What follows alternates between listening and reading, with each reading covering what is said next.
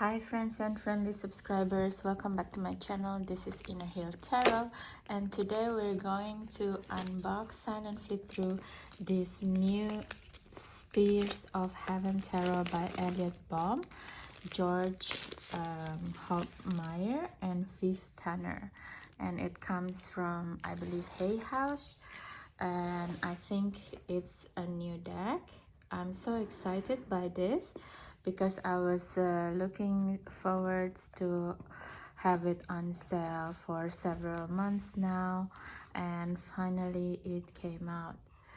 So it's really nice to have.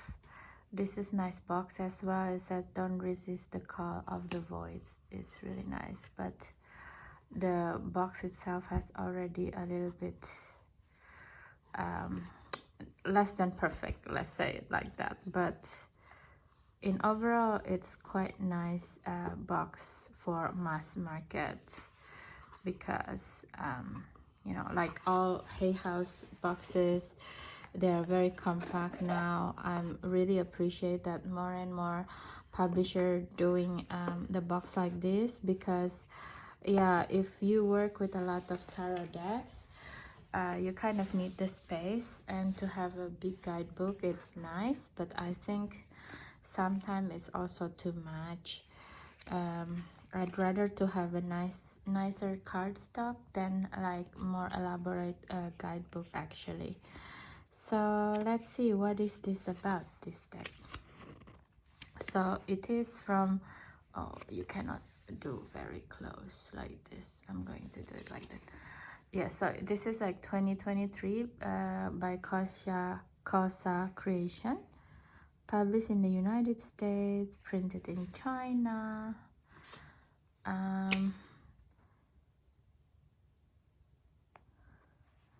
The realms of sefirot, the spheres of heaven tarot. So it's kind of like talking about how this deck come to be. And it said Sefirot in its current form was conceived as a board game with tarot cards for 1 or 2 players that would involve some divinatory aspect. It is played on a 2-side game board, one side of which features a tree of life, a diagram used in various mystical traditions. So, okay. It's very interesting. It's make a tarot in a case of gaming. So I think it's a good idea, because that makes the idea of learning tarot is not so overwhelming in a way. It's beautiful. And I like the guidebook here because it is quite concise, but also talking about the cards in itself. And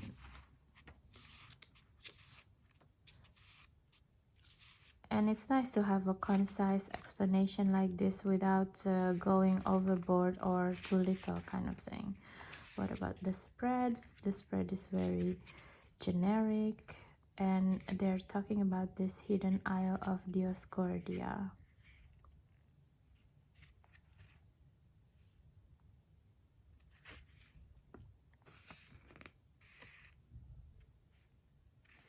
Okay, so it's talking about how the emergence of tarot, and I think this Dioscordia has something to do with it, with this deck. That's why it's came up here.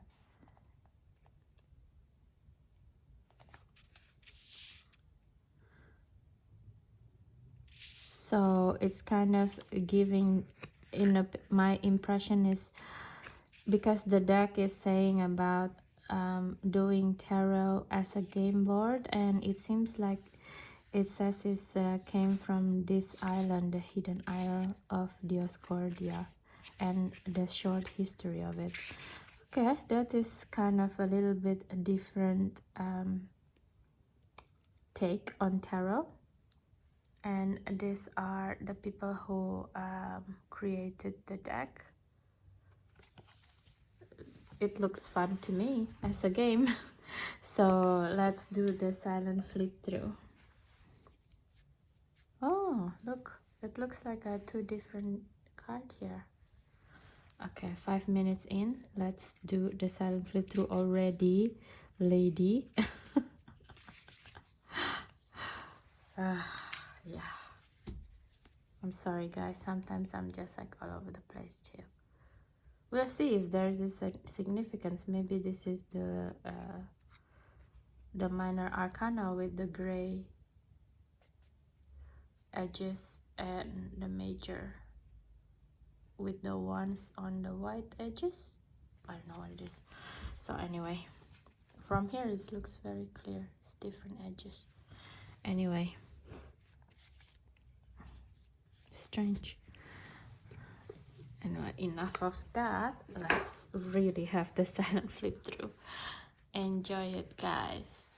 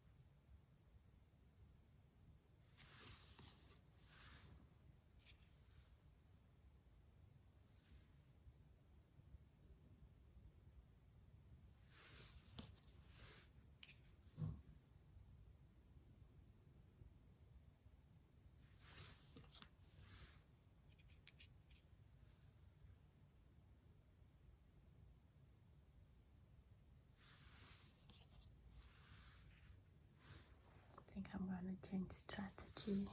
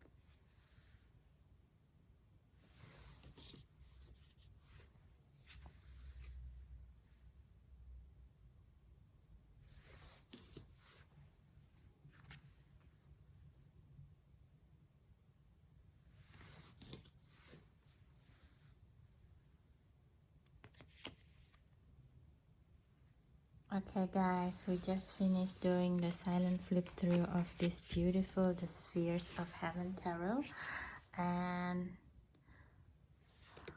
let's talk about the cardstock to begin with. The cardstock, to me, it feels okay. It doesn't feel like very cheap or anything. It doesn't bend too much in the beginning, so it doesn't bow. That's what I meant when it came out. It's slightly bowing, but it's not that bad in my opinion. But the thing is, it's starting to be very okay. Let's do it like this. But I think the situation that I wanted to say is it's a beautiful deck. It's creating a nightmare for the lighting. Let me just move a little bit to the side. Okay. So as I was saying, it's a beautiful deck in itself. I like the major arcana a lot. The scenery is nice, in my opinion, and it has this quality feel of it's not really art deco or art nouveau, but have a really a bit of a feeling like that, but at the same time also it feels more modern because it's also very inclusive. Like I see there is these three other lovers.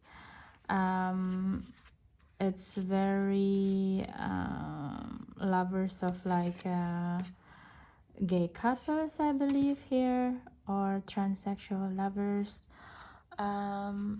So I don't see any lovers between men and women here depicted.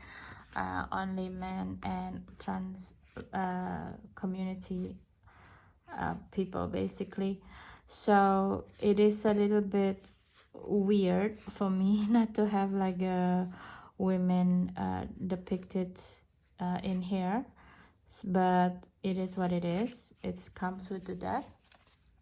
So, and then the other major arcana, I like the idea also of putting the what do you call it, putting a Kabbalah and in it, and yeah, I don't know, I mean, so sorry, I'm so mesmerized by the Wheel of Fortune. Actually, it's really nice with the Threads of Fate here. Yeah, I love the graphic. It has a really beautiful death card, I think, and also the devil is really beautiful as well. It has this kind of vibe to me that says it's modern but yet old worldly feeling. It feels art deco, but also it's postmodern feeling that I have from this deck. It felt very light energetically with the sun like this. It's very beautiful graphic. And the gate, this is what I mean by have a feeling of the old world and the art deco, but at the same time feels very modern, because it feels to me this is the gate of Nebuchadnezzar, if I believe so, something that's featured in that movie, the Marvel movie, The Eternals. But in that movie, and I also saw this replica in a museum in Germany, the color is like royal blue, deep blue. So it feels a little bit outdated if you make it that color, but this deck make it more modern with this type of coloring.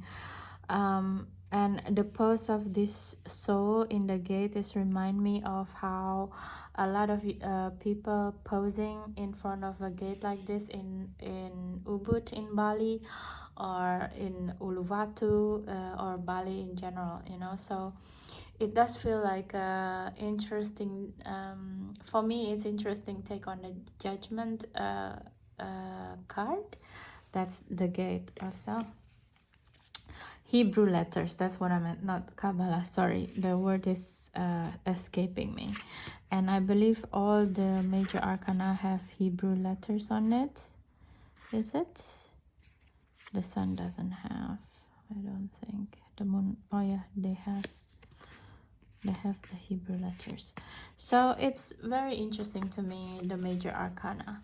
The minor arcana,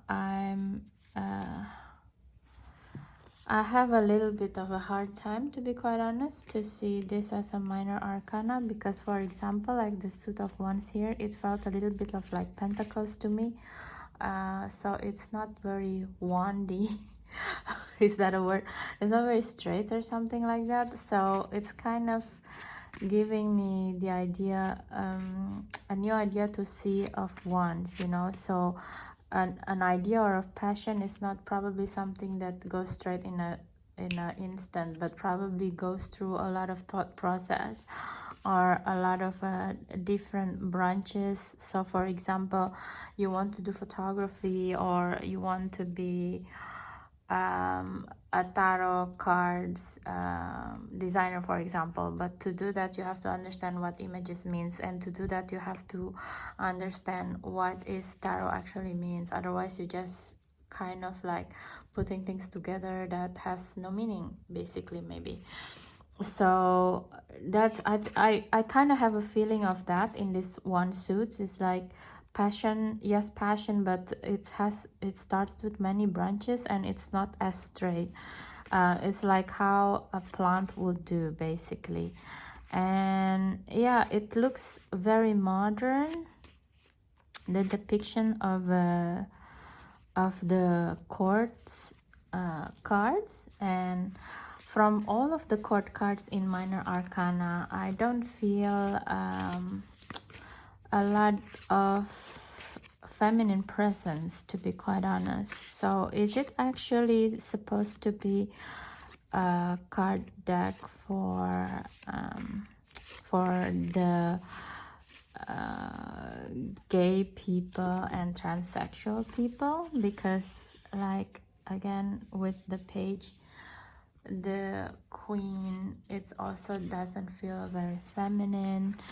The page in here and the queen also doesn't feel very feminine to me, even though it says the queen, but the depiction of their gesture are very masculine to me.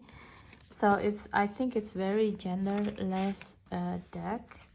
Maybe that's what they're aiming for, I don't know, but that's what I feel to me. Like a lot of the depiction, it felt very genderless. You see, like the Queen of Sword, to me it looks like Timothée Chalamet. A very genderless guy. Also the page, like all the court cards, I feel it like that actually. And yeah, even the Queen of Pentacles is the most feminine feeling that I feel, but also it doesn't feel very feminine at the same time. All the figures. So it's very interesting to me. Even the High Priestess also look very androgynous. And I think what I feel is like this deck tends towards slightly masculine proposition of how a deck look like masculine and towards a transsexual take. When you see the image, even the energy, I feel it's not very feminine. Even the Empress. So as a woman, I have quite a hard time to understand this deck, to be quite honest, and I don't know, but maybe also because a lot of decks is also very feminine and not have enough masculine energy in them. So that's why like this deck coming out to the world as an act of counterbalance. I don't know, what do you think after you seeing the images like this? Please let me know in the comments, and in the meantime, yeah, that is my hot takes. I like the deck and I like the images. I just don't feel very feminine energy from them, but maybe I'm wrong. Maybe I would try to use them. Let's just shuffle also the deck. So let's see how it shuffles.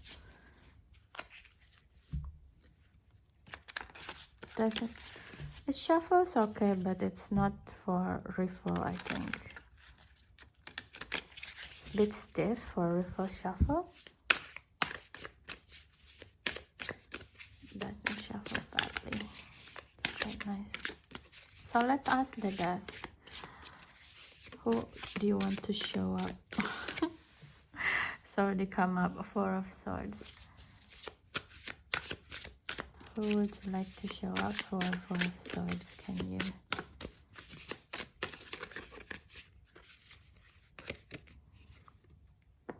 Five of Wands.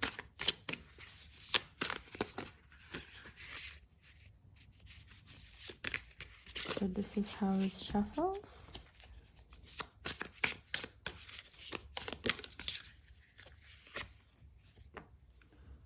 Queen of Pentacles. Okay, so that's how it shuffles. I don't know about you, but for me it's a bit stiff. And it's not very easy to get the cards out, but I mean, there's many ways to shuffle cards anyway. It's just one of ways. And so here it goes. You have 3 cards, Four of Swords, Five of Wands, and Queen of Pentacles